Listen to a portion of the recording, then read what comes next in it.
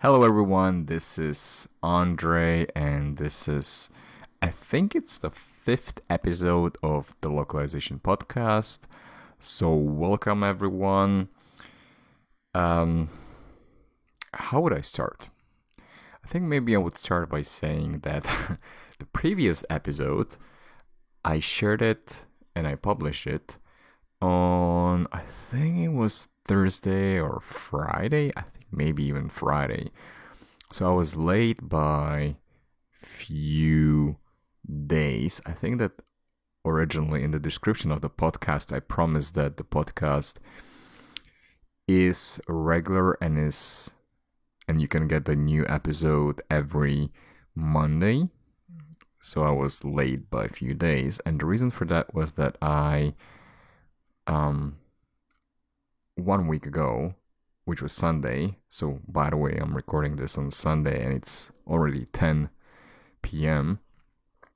So, 1 week ago, I went to a dance audition, and because I was like really into it and I was really lucky with the song that we danced to, the rest of the day I just spent, like listening to the song and thinking about dancing, and I just couldn't focus on anything work related.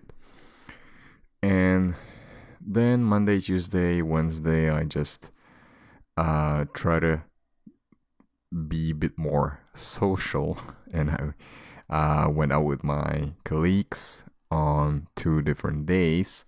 So again, I kind of discovered for myself that I am very bad at mixing these 3 things that I have to juggle, which is kind of like dancing, relationships, and work, or just creating content. So when I start doing something, I find it like very difficult to switch to the other thing with full focus. So yeah, I was late with the release, and now I'm trying to get back to schedule, and maybe I'll switch the weekly release to Tuesday. I think I still remember that when I was checking like what are the best days to post on LinkedIn, which I think is still the main platform where I should be sharing the podcast. And I think that in that article, it was said that Tuesday, Wednesday, and Thursday are usually the best during the lunch period. So I assume that Monday is not the right one because people are probably recovering from the weekend, or they have too much work, and on Friday they're like a bit more lazier, so they don't have that much interest in going to LinkedIn. So I think I'll try to do the next post on Tuesday, which should give me enough time since it's Sunday. And if I finish this one today, hopefully I'll do the editing as well. So tomorrow I'll prepare the quick copy, and on Tuesday I can release it, and then hopefully continue with my regular schedule. Although I think I released the last one, episode 4, I think it was on Friday, and it got like pretty decent amount of views compared to the previous one, which I think was getting the views pretty slowly. But I'm not sure if it's because if it might be related to the image that I attached to it, because the previous one was 16:9 format and this one was a square format, and it was with the new picture, which is like much more positive than the previous one, where I was kind of like picking my nose, at least according to one of my colleagues. And so that may be a factor as well. Anyway, I don't want to prolong this any further because I think I'm already a little bit warmed up. So let's get right into the content. And for the last week, I think maybe is it week 31 or week 30? I think it's probably week 31. So once again, there's not much on Slater. And let me get my notes. Most of the articles, once again, had to do with M&A, business, IPOs, investment, stuff like that. So it's pretty boring, but once again, the social media came to the rescue, and there were a lot of interesting pieces shared on social media. But here we go. Slater. I'll just try to go quickly. So the first article was talking about acquisition on the German or Swiss market. I'm not even sure.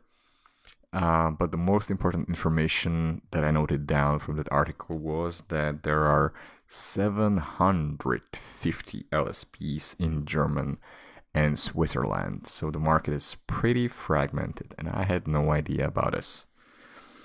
Second article was about a company called Lingua Custodia. And this is the one for which I took most of the notes. And I learned again something new. And this is a company that is specializing in financial machine translation. So pretty much every week we talk about machine translation. And this is the first time that I kind of discovered that there is a company that specializes on a certain industry when it comes to machine translation. So I didn't know like what the other companies do, like if they're trying to put all their translations kind of like across different industries, and they try to feed the same model. Maybe that's what Google did, and I think I mentioned this in either the last episode. I think it was 2 episodes back when I talked about Google's massive multilingual NMT, which is just one model for all languages. So I would assume that they fed all the data that they had. So these guys are probably focusing on financial, not probably, they are doing it. They're focusing on financial translations only, and they're feeding the data into the engine.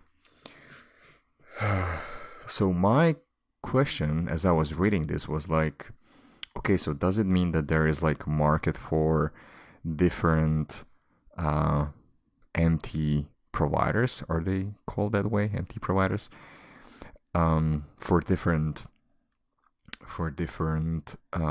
industries? Like, could there be like a medical focused MT? Could there be like a tech focused MT? Legal focused MT? I don't know. I didn't do the research, so that's a shame on my part. I'm not a good reporter, but this is just like the first thoughts that I had when I was reading this. And let's say that like you're like a big company, let's say like Moravia and LSD, so you have clients across different industries. Wouldn't you then have the same, not the same data, but access to like a lot of data across different industries, and you could train like your own industry specific models? Or do the clients want just a model that's trained on their own translations? I have no idea. Okay. So going back to the article, I have 2 interesting quotes. I think they were provided by the CEO of this company. And they said that their machine translation engine is specifically designed for investment finance and corporate finance. And they also said that there's a strong interest for domain specialized MT, and this I cannot read, MT services. Yeah. Okay. So I'm just thinking about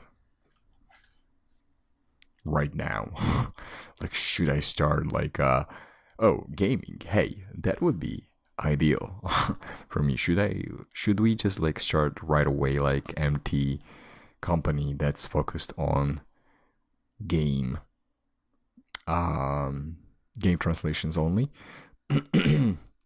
Or for example, like if you are a gaming translation company, can you leverage your data and build like MT for that?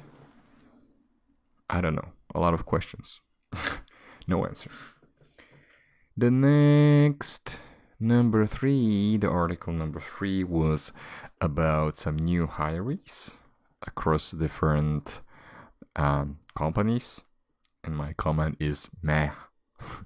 So I don't know what the article is about. Like if these are like new people that were hired into localization coming from different industry, because I know that some of them were would fit that pattern. But they were usually like, I don't know, like a director of sales, business development, marketing, and stuff like that. I know that one of the guys was talking about digital marketing, so that was a little bit interesting, but it was nothing new. Article number 4 was about Flitol. So I think that's a Korean company that I mentioned probably in the 2nd or 3rd episode. I don't remember anymore. And these guys have, and I remember this very well, these guys have kind of like a translation services where you can like request something. But the smart thing about that is that every translation that goes through their platform is then used to train. Well, actually, they're not training their NMT. I think their main business is from reselling the language data to AI and MT companies. And I think the article was about their IPO, so that is not very important. Article number 5. This was about the government awarded contract in UK for language services. I think it was worth around 3 million USD or something like that, and it was split across 9 LSPs, and that's about it. And the last article, number 6, was about a certain merger in Estonia. Okay, that's it. Nothing very interesting, nothing very practical for us. And maybe I'm thinking like maybe I should just... I'm not sure like if the direction of this podcast is actually correct.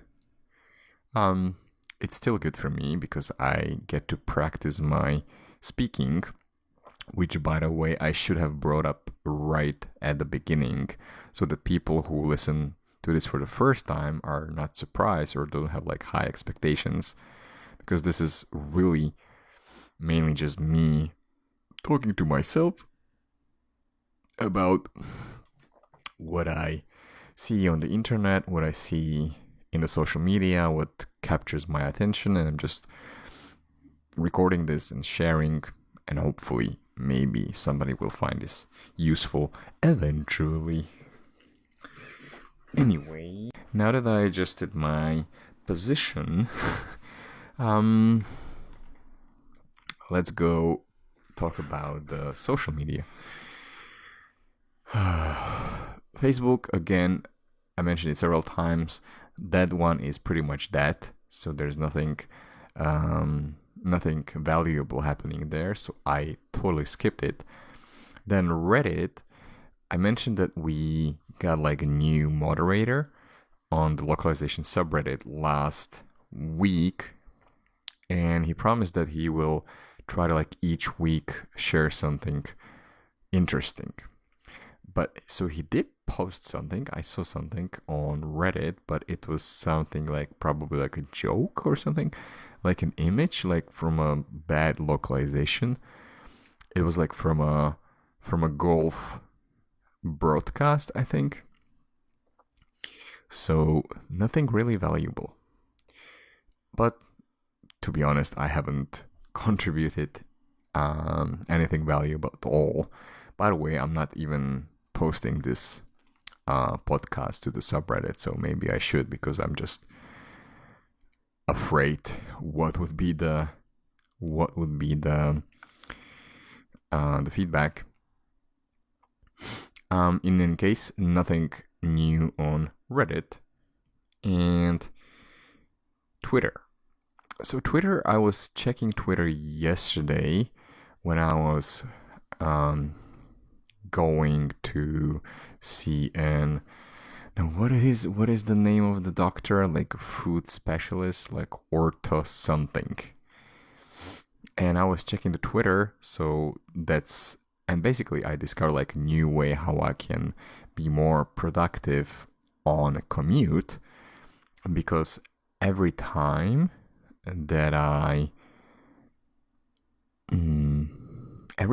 before I start recording the podcast, I basically go over all the articles on Slater, and I also go through the different social platforms, and I try to go over the localization hashtags, or if there are any groups that I joined, I go through them. And so I do this everything pretty much at once, so I have to see the history of all the posts from the last week. So I think like today it took me like almost 2 hours, I think. So this could be something more practical if I do it like every day, like 20-30 minutes. And maybe I would also see those posts in more detail rather than just skimming through them like I do right now. So Twitter, there were a couple of things that caught my attention. One of them was this company called Voca Bridge. That's VOCA Bridge. It's kind of like a line bridge. So I saw like a lot of posts from them, because that's how I roll. I just search for the localization hashtags, and then I scroll through the posts. And because I like recognize like if something like repeats, then it kind of like stands out. And so this company and their Twitter account was the one that stood out, because I've seen like a lot of posts from them for the localization hashtag, and I took a screenshot. So I was checking them out now before the recording, and what I discovered was that they're actually very active, which is true. They post like a lot of stuff, but it's not their original content, so it's usually shared stuff.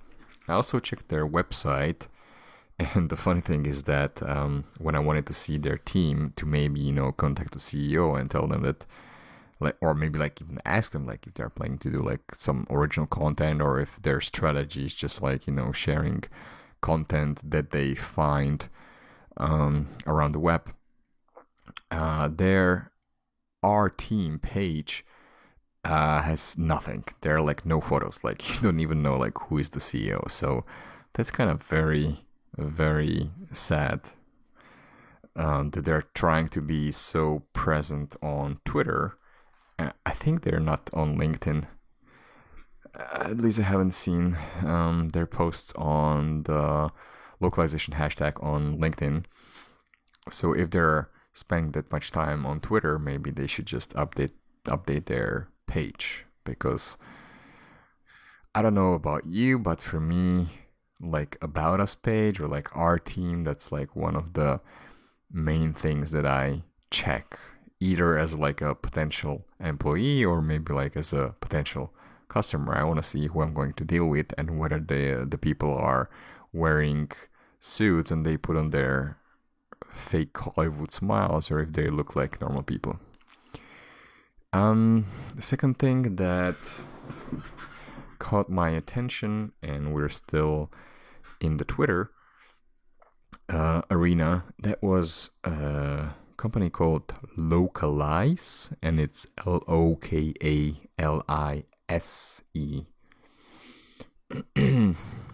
And the only note that I have here is that they provide automated localization. So it kind of like fits into the agile continuous localization. I guess they have like their own solution or like their own API. I have no idea.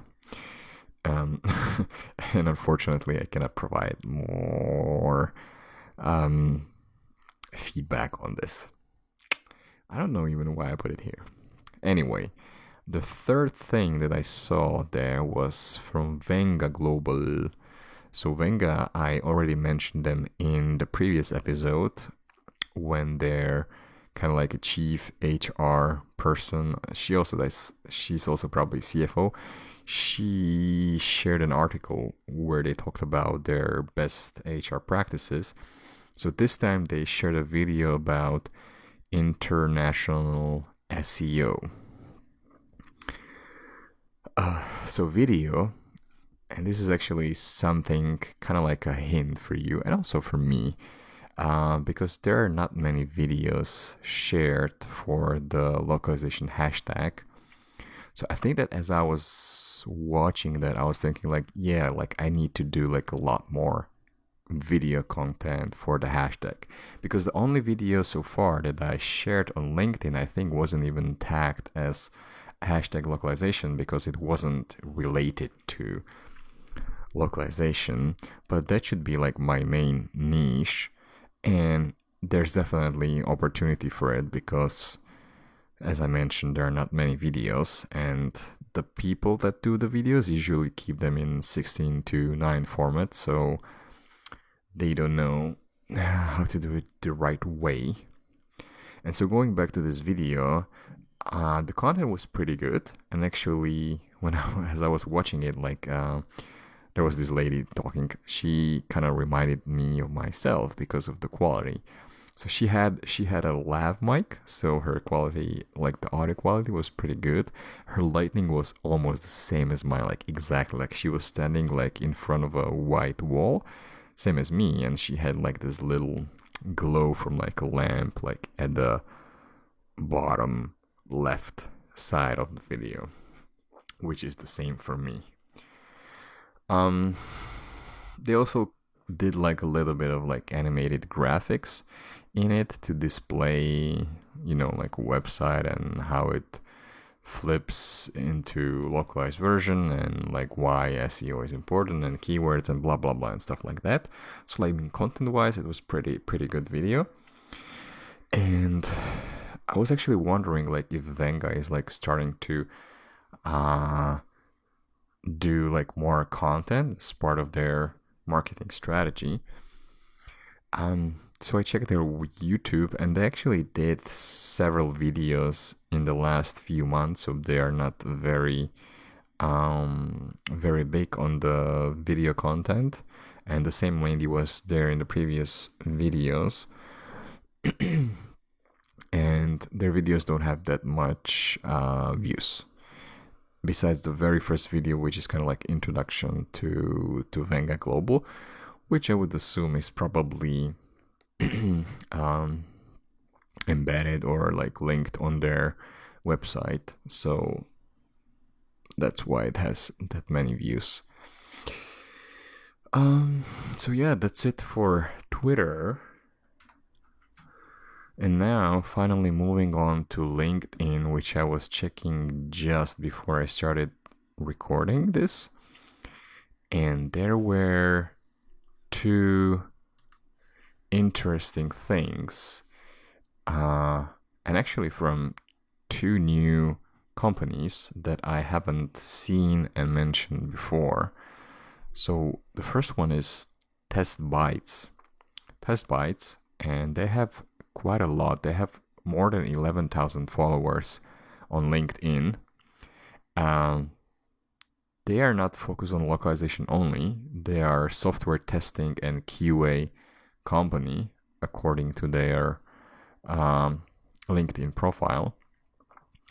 But they just made like this one nice infographic about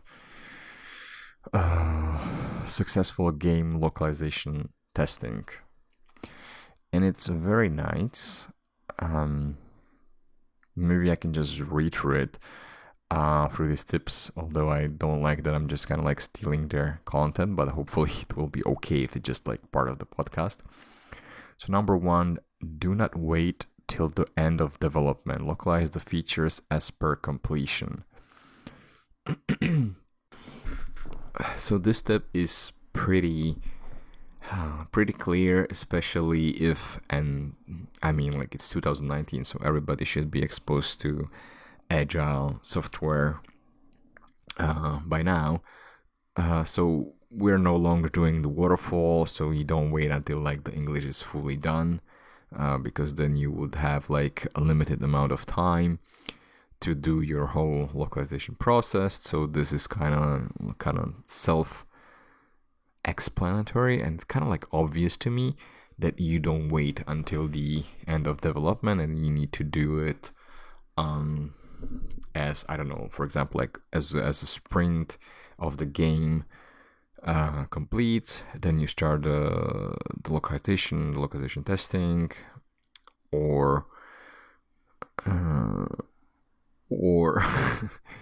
yeah, well, I'm stuck because I'm thinking between like sprints and like how to call the other approach, which is like, okay, we created these certain tickets, so let's just mark it as complete and then start like the next. Well, it's not a sprint because it's not time boxed, but it's based on like certain features. Okay, second step is cross collaboration between team is important, so that's kind of obvious. That's important for everything. Tip number 3, test critical business scenarios. So I'm not sure what this means. What are the critical business scenarios? Is it something like related to like payment, for example, like when you have like a mobile app, or I guess maybe like in your game you have like certain certain areas of the game, or the process of like getting people onto the game that are like critical for the business, and they need to be tested more carefully. That's all I'm thinking right now. Tip number 4, ensure there is no message, resource attributes, and linguistic errors. No message? What does it mean there is no message? Linguistic errors, yeah, we get that. That can happen. Resource attributes.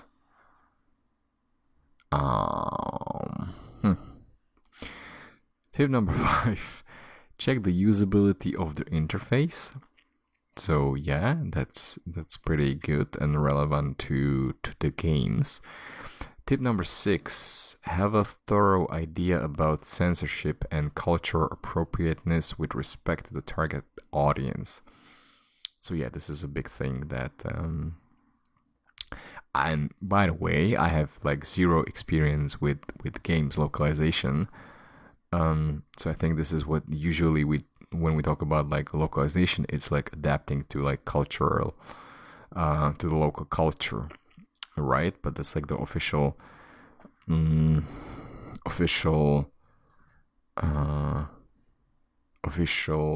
description of what localization means. But in practical terms, especially like if you're a project manager, you just like send it to the right people and you expect them to do the right job. But maybe with games, there's like a lot more that you need to do when it comes to culturally adapting your game. Step number 7, include native language speakers. All right, that's pretty obvious. So yeah. So if you are interested, I mean, like if you're doing QA and software testing, not only for games but in general, these guys seem to put like a lot of great content. like educational, and it's pretty good. Like this is like so far the best content strategy execution that I've seen so far. It's even better than Moravia. Like for example, I'm just like looking at their LinkedIn profile, and their post like 50 QA interview questions to land a job, smoke testing explanation with example. I checked that article and it was very good. 52 software tester interview questions that can land you the job. That's kind of similar. For example, this one, 21 best programming movies software testers must watch. That's brilliant. Software testers salary, India, UK, Canada, and USA, 2019. Very good. So, I guess no wonder why they have that many followers, because they really do provide great content for free. And okay, I guess that's all I have to say. So, I have one more thing here. And, oh, actually, no. I have two more things. I forgot about the second one. Because I didn't take a note. So the second thing was, and I discovered this on Twitter, and then I saw it again on LinkedIn. It's from this guy I added him into my network, but now I just totally forgot what his name was. Oh, here it is. Miguel Sepulveda PMP. So he has his own blog called Yolocalizo, and he does like he creates a very good content about games localization. And this one that caught my attention was, it's not, I wouldn't call it like an infographic. It's kind of like just like an image with like a lot of text. And it says localization strategies for different game genres. So he split, well, it's actually not like a genre. I mean, okay, it could be genre. So he split it into 4 different game genres: hyper casual games, casual games, mid-core games, and hardcore games. And for every type of these games, he says like what is his experience and like what is the requirements for localization. And this was pretty nice for me to learn about the different how do we call it, scopes?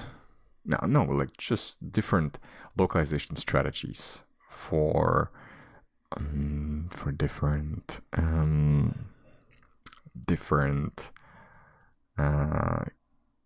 content types or source quality. Would source quality be the right word to say this? Probably no. I'm just confusing. See, now you can see how difficult it is for me to express what I'm actually thinking about. So I will not read everything. Maybe I can just pick some things. So for hyper, and maybe we can like try to find like a parallel with things that I actually understand, or I have more experience with, which is like software and marketing localization. So for hyper casual games, it's mainly about translating UI elements, App Store description, keywords, and it's not necessary to have a strong setup of LSP. Okay. For casual games, 1 to 2 LSPs consolidated vendor approach is recommended. You might have random QA sanity checks, and it's good to have glossaries. For for mid-core games, the localization becomes more strategic. You need a solid terminology, style guides are crucial, context and screenshots are essential. Okay, that's a very good point. Outsourcing model works better for scalability. Different monetization scheme per country. Okay. And then for hardcore games, this is where you need very high effort and cost from a localization perspective. And this is where you do voiceover, you do subtitles, you have professional translators, you need to transcreate the game story, and blah, blah, blah. So, yeah, I'm just going to shout out, I think it's called so spelled Yolocalizo,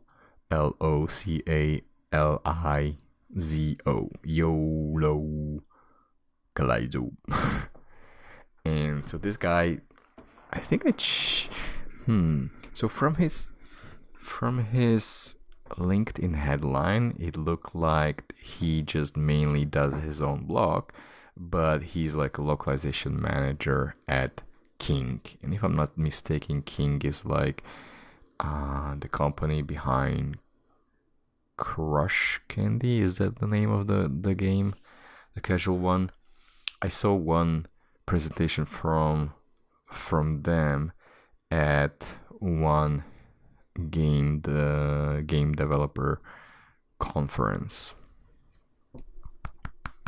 Okay. I got lost again.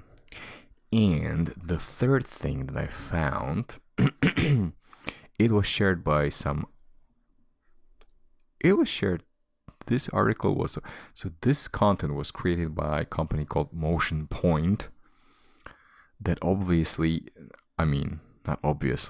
they're claiming that they have a better solution for translating websites, better than using connectors between CMS and TMS, better than using API, and they call it somehow turnkey something. I was trying to learn what it actually means on their website, but I wasn't successful. And so they created this content, and then some other company shared it on LinkedIn. And it is about localization tips for marketers. And it's also kind of like infographic. Is it infographic? It has a lot of text.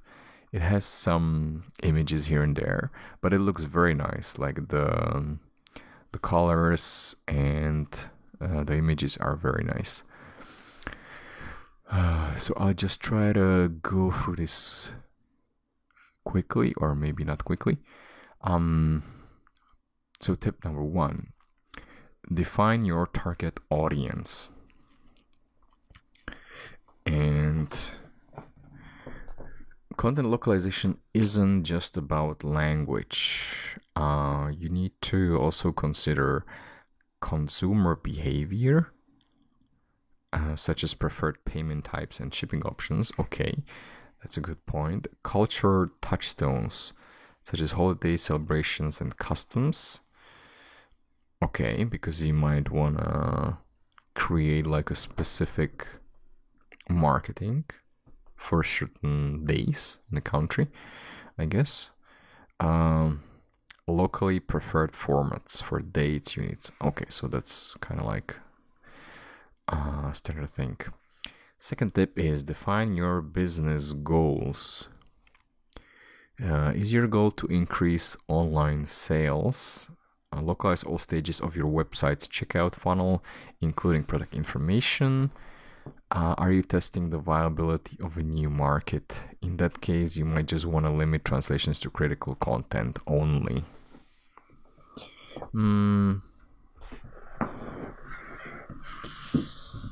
Yeah, so this is a good point, and I'm not sure if we actually applied it in my experience. But yeah, like if you're like entering a new market, you probably just want to test the waters first. So you might want to reduce the scope for localization and see how the critical business content does first before you do more. Like maybe you just want to start by, I don't know, testing, like, let's say you have a certain product and you want to go into, I don't know, let's say Korea, then you just might want to do like a website to, I don't know, to raise awareness about your brand and your product, and at the same time maybe you want to generate leads, but maybe you don't want to do the full sales process yet because you're not ready to deal with the customers, with their payment methods, with refunds, with customer support and stuff like that. So yeah, that's my take on that. Tip number 3: select efficient translation technology. Oh, so this is what I mentioned before, that they have this turnkey proxy solution. I'm reading it right now and I have no idea what it means. So they also mentioned CMS connectors, APIs. Of course, both of them, they say, have some disadvantages because, of course, their solution should be the best. And it says that, I'm just going to quote this because this is like their public material. So turnkey proxy solutions eliminate IT effort and fully handle the development, translation, and ongoing operation of the localized website. Practically all effort is removed from your team. Somehow magically. I don't know how that works, but okay. Tip number 4: approve a localized glossary and style guide.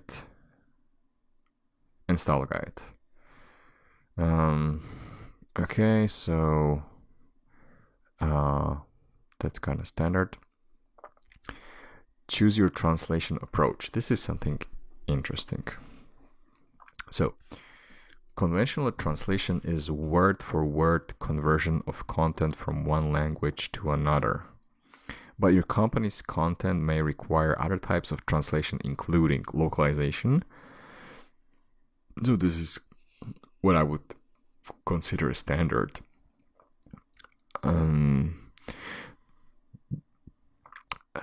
Next level is transcreation. Translating marketing copy may require this creative approach, which captures the spirit of the source material, but may take liberties with word choice for nuance and impact. So yeah, this would be definitely something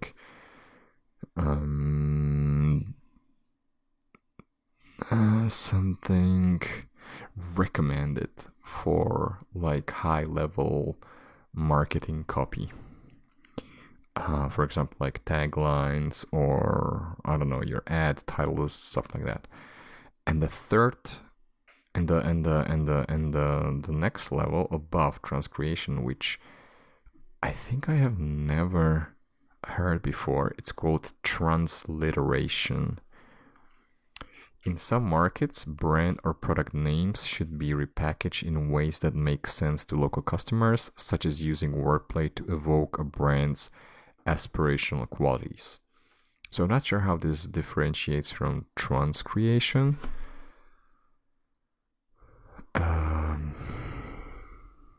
But okay, I guess so. No comments. And the last tip is international SEO considerations. So I kind of talked about this a little bit when I mentioned the Venga Global video about SEO. So let's see what these guys say. They say we should translate metadata and structured data such as page titles and descriptions. That's pretty obvious. Do not embed translatable text in website images. Wait, what does this mean? Do not embed translatable text Instead, overlay web text across images to make it detectable by search engines. Oh, okay. Yes. Wait, is this actually practice that's being used? Do they actually mean not to...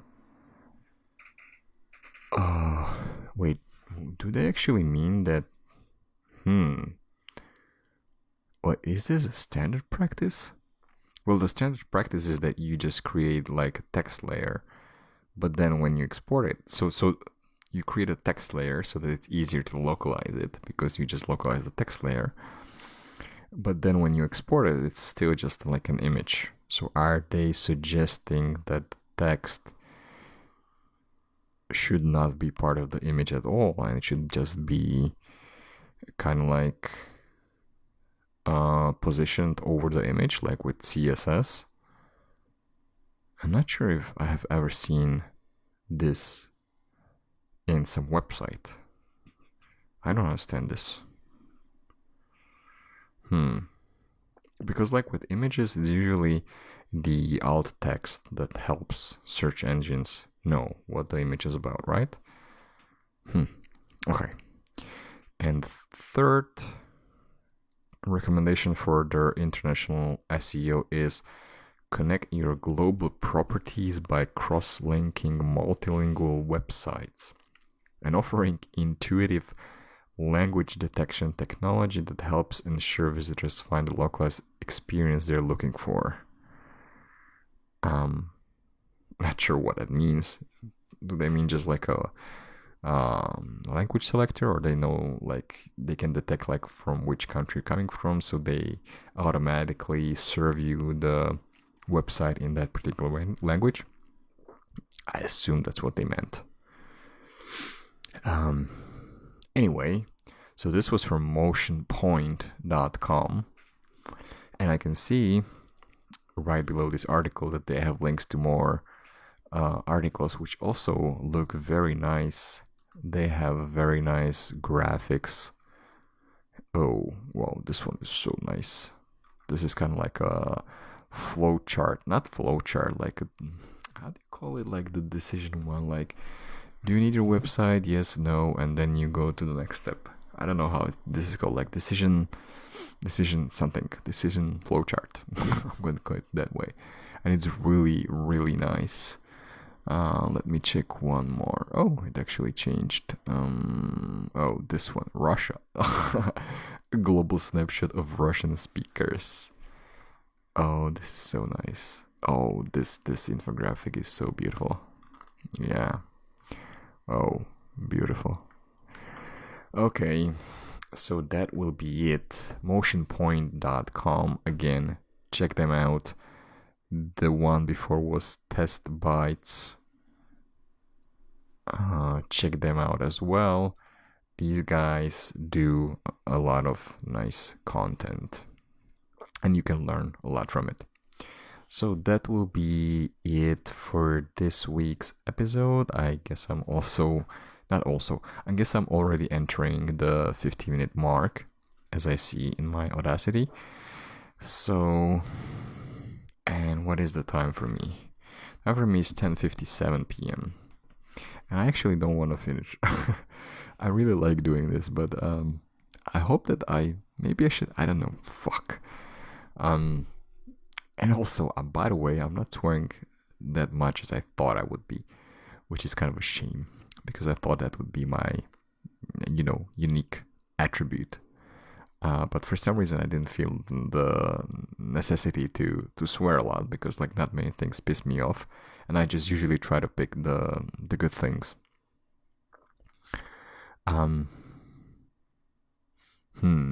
Maybe I should be doing like more recordings like this and just talk about stuff that I encounter at work.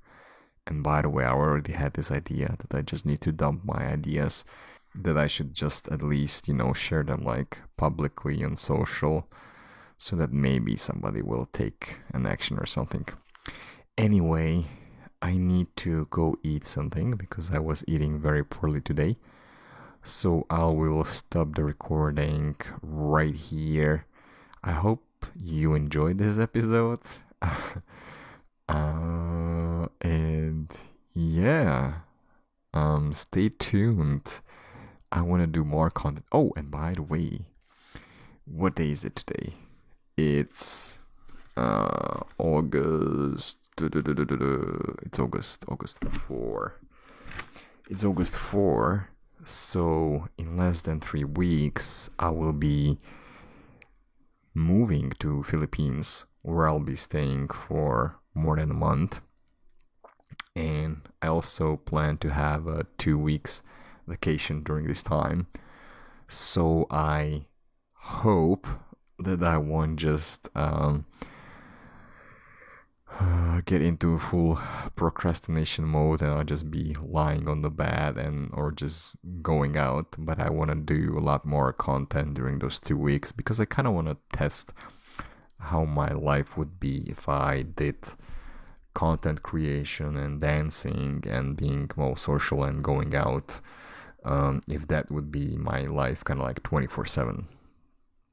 Because I really enjoy doing content, doing videos, editing, just talking, and I like and hope, well, I don't get that much like response from people consuming the content, but I still like the process. And if I got like little bit more feedback, then it would be even more engaging and rewarding.